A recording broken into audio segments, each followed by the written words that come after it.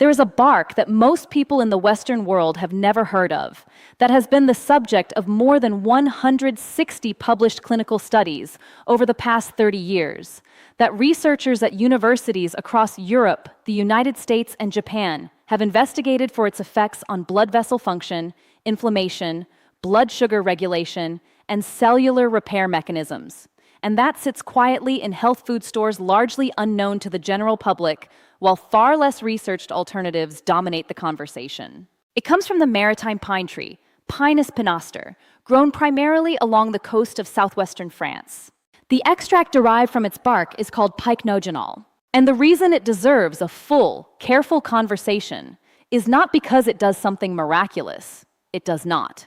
But because what it demonstrably does do, in peer-reviewed randomized controlled trials measuring specific biological outcomes in real people, is genuinely significant and genuinely underappreciated. I am an emergency medicine physician and metabolic health researcher. And in this video, I want to walk you through what the clinical evidence actually shows about pycnogenol, specifically its effects on endothelial function, the health of your blood vessel lining, and the cellular repair mechanisms that researchers have documented in human trials. I am going to be precise about what the studies measured, what they found, where the evidence is strong, and where it is still developing. There are no dramatic overclaims in this video, because the actual evidence, presented accurately, is interesting enough to stand on its own. Let us start with why blood vessel health is the right place to anchor this conversation. Because most people think about cardiovascular health in terms of cholesterol numbers and blood pressure readings without understanding the underlying biology that those numbers are trying to capture. Your arteries are not passive pipes. They are dynamic, metabolically active structures whose functional health depends critically on the single cell layer lining their interior, the endothelium.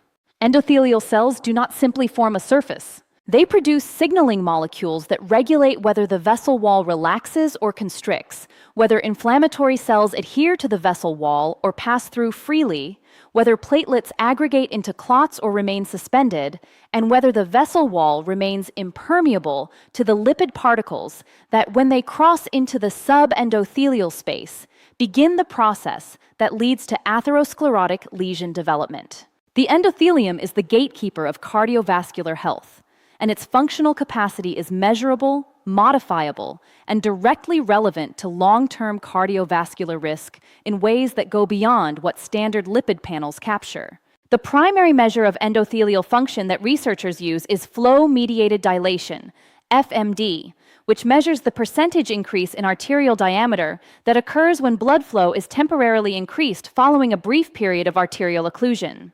This dilation response depends on the endothelium's ability to produce nitric oxide in response to shear stress. Nitric oxide diffuses into the smooth muscle cells surrounding the artery and causes them to relax, widening the vessel. When the endothelium is dysfunctional, damaged by oxidative stress, chronic inflammation, elevated blood sugar, or the normal aging process, its nitric oxide production capacity is impaired, FMD decreases, and cardiovascular risk increases proportionally. A 1% reduction in FMD is associated with approximately 13% increased cardiovascular event risk in epidemiological studies. This is not a peripheral biomarker. It is a direct functional measure of the biology that determines whether arteries remain healthy or begin the progression toward disease. Pycnogenol's effects on endothelial function are among the most consistently documented of its biological actions in human clinical trials, and the mechanism is well characterized. Pycnogenol contains a complex mixture of procyanidins, oligomeric and polymeric chains of catechin and epicatechin units, along with phenolic acids including ferulic acid and caffeic acid. These compounds are potent antioxidants, but more importantly for endothelial function, they directly stimulate the activity of endothelial nitric oxide synthase, ENOS, the enzyme responsible for producing nitric oxide in endothelial cells. In a study published in the Journal of Cardiovascular Pharmacology in 2004 by researchers at the University of California, Berkeley, pycnogenol was shown to activate ENOS through a phosphorylation pathway involving AKT kinase, the same pathway through which insulin normally stimulates nitric oxide production. This mechanistic finding explains why pycnogenol's effects on endothelial function are particularly relevant in the context of insulin resistance, where insulin-mediated eNOS activation is impaired. Pycnogenol appears to activate eNOS through a parallel pathway that does not require functional insulin signaling. The clinical evidence for pycnogenol and endothelial function in humans is substantial. A 2006 randomized double-blind placebo-controlled trial published in Hypertension Research, conducted by researchers at the Chieti-Pescara University in Italy, enrolled 58 adults with borderline hypertension and randomized them to receive either 100 milligrams of pycnogenol daily or placebo for 12 weeks. The pycnogenol group showed significant improvements in flow-mediated dilation, the endothelial function measure, alongside significant reductions in systolic blood pressure averaging 5.8 millimeters of mercury and significant reductions in thromboxane levels, a marker of platelet activation and clotting tendency. These are three independent cardiovascular risk markers, moving in a favorable direction simultaneously from a single dietary intervention over 12 weeks. A 2012 randomized controlled trial published in the European Heart Journal supplement, conducted by researchers at the University of Pescara, examined pycnogenol supplementation in 53 patients with stable coronary artery disease who were already on standard cardiovascular medications. This is a particularly important study population because it tests whether pycnogenol adds meaningful benefit on top of existing pharmacological treatment.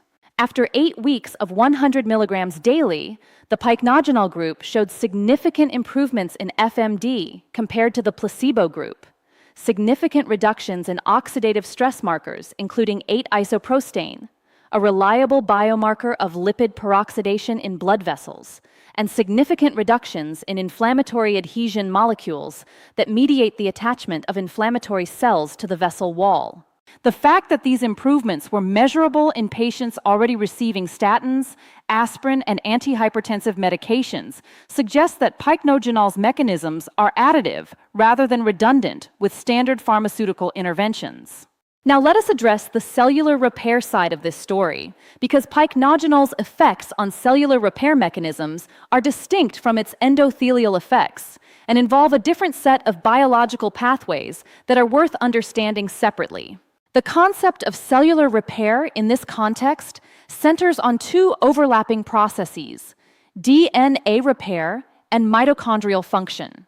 Both decline with age, and both are accelerated in their decline by chronic oxidative stress and inflammation, the same conditions that impair endothelial function. The connection between impaired cellular repair capacity and the clinical manifestations of aging, reduced tissue regeneration, impaired immune function, slower wound healing, accumulation of senescent cells, is one of the central themes of modern geroscience. Pycnogenol's effects on DNA oxidative damage have been examined in human clinical trials using the same COMET assay methodology I discussed in a previous video, the technique that directly visualizes DNA strand breaks in individual cells. A 2004 randomized crossover study, published in the Journal of Nutrition, by researchers at Northumbria University in the United Kingdom, recruited 25 healthy smokers, a population chosen because smoking generates substantial ongoing oxidative stress and DNA damage, and had them consume pycnogenol supplements for 4 weeks, followed by placebo for 4 weeks in randomized order. The pycnogenol period was associated with significantly lower oxidative DNA damage in lymphocytes compared to the placebo period, measured by both COMET assay and 8-hydroxydeoxyguanosine, the specific biomarker of oxidative DNA base modification. Smokers were chosen as a model of oxidative stress, rather than because the findings apply only to smokers. The same oxidative pathways that drive DNA damage in smokers are active at lower levels in everyone due to normal aging, metabolic stress, and environmental exposures. The mitochondrial dimension of pycnogenol's cellular effects relates to its AMPK activating properties, a mechanism that appears across multiple botanical compounds with metabolic effects and that consistently emerges as a central pathway through which dietary polyphenols support cellular energy metabolism and repair.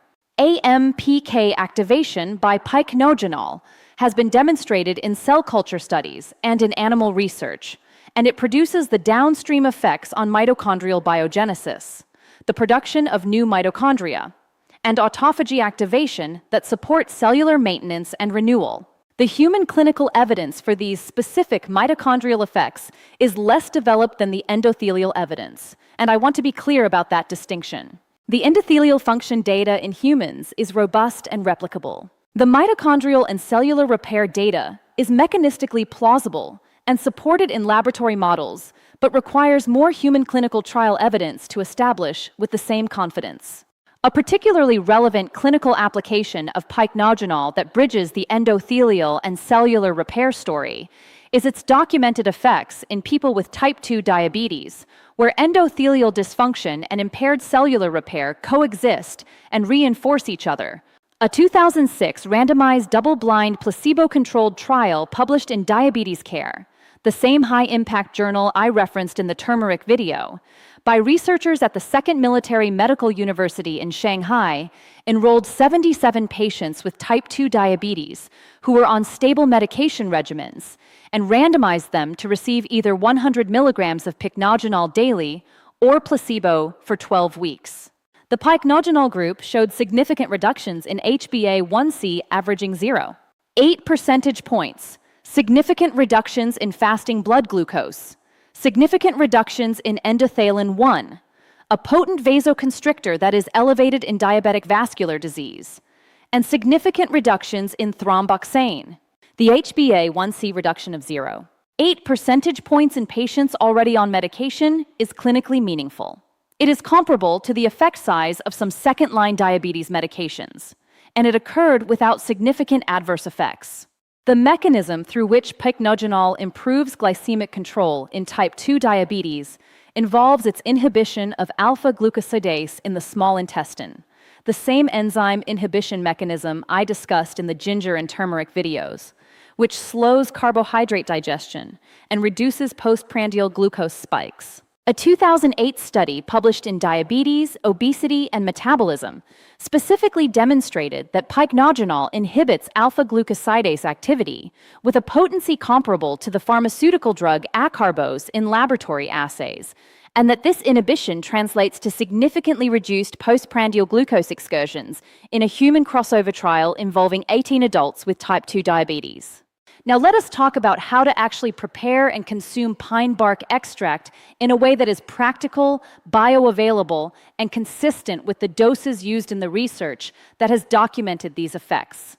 The most important practical point is that the clinical trials demonstrating significant effects have consistently used standardized pycnogenol extract, the specific proprietary extract from French maritime pine bark, at doses of 100 to 200 milligrams per day.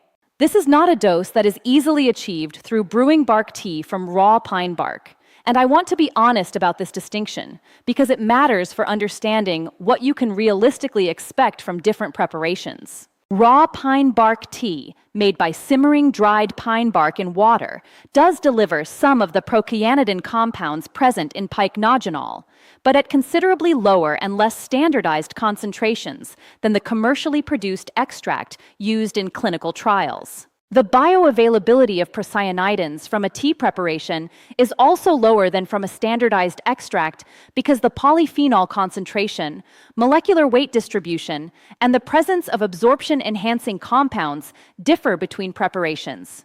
Traditional pine bark tea consumption, which has a history in various indigenous North American traditions, as well as in some European folk medicine practices, is almost certainly delivering some biological benefit through the same procyanidin pathways. But the dose-response relationship means the effects will be milder than what the clinical trials measured with standardized extract. The practical recommendation that is most consistent with the research evidence is to use a standardized pycnogenol supplement at 100 milligrams daily, taken with a meal in the morning to improve absorption of these fat-soluble polyphenols. If you prefer a tea-based approach for its ritual value and accessibility, a tea made from dried maritime pine bark or from an equivalent procyanidin-rich bark, grapeseed extract is a closely related and similarly researched procyanidin source, provides the same class of compounds, and is a genuine, if lower dose, delivery mechanism. The tea preparation involves simmering 1 to 2 grams of dried bark in 300 milliliters of water for 10 to 15 minutes, which extracts a meaningful fraction of the water-soluble procyanidins into the liquid. Consumed daily and consistently, this is a reasonable lower-dose approach for general health maintenance rather than therapeutic intervention. The safety profile of pycnogenol across the clinical trial literature is very clean. More than 160 published studies have reported no serious adverse effects at doses up to 200 milligrams daily. Mild gastrointestinal discomfort is occasionally reported, typically resolved by taking it with food. The same caveats about blood pressure lowering effects applying to anyone on antihypertensive medication, and the blood sugar lowering effects requiring monitoring in anyone on diabetes medication, apply here as they do for the other botanical compounds we have discussed in this series. Pycnogenol also has mild antiplatelet effects and should be discussed with a physician before use if you are on anticoagulant therapy.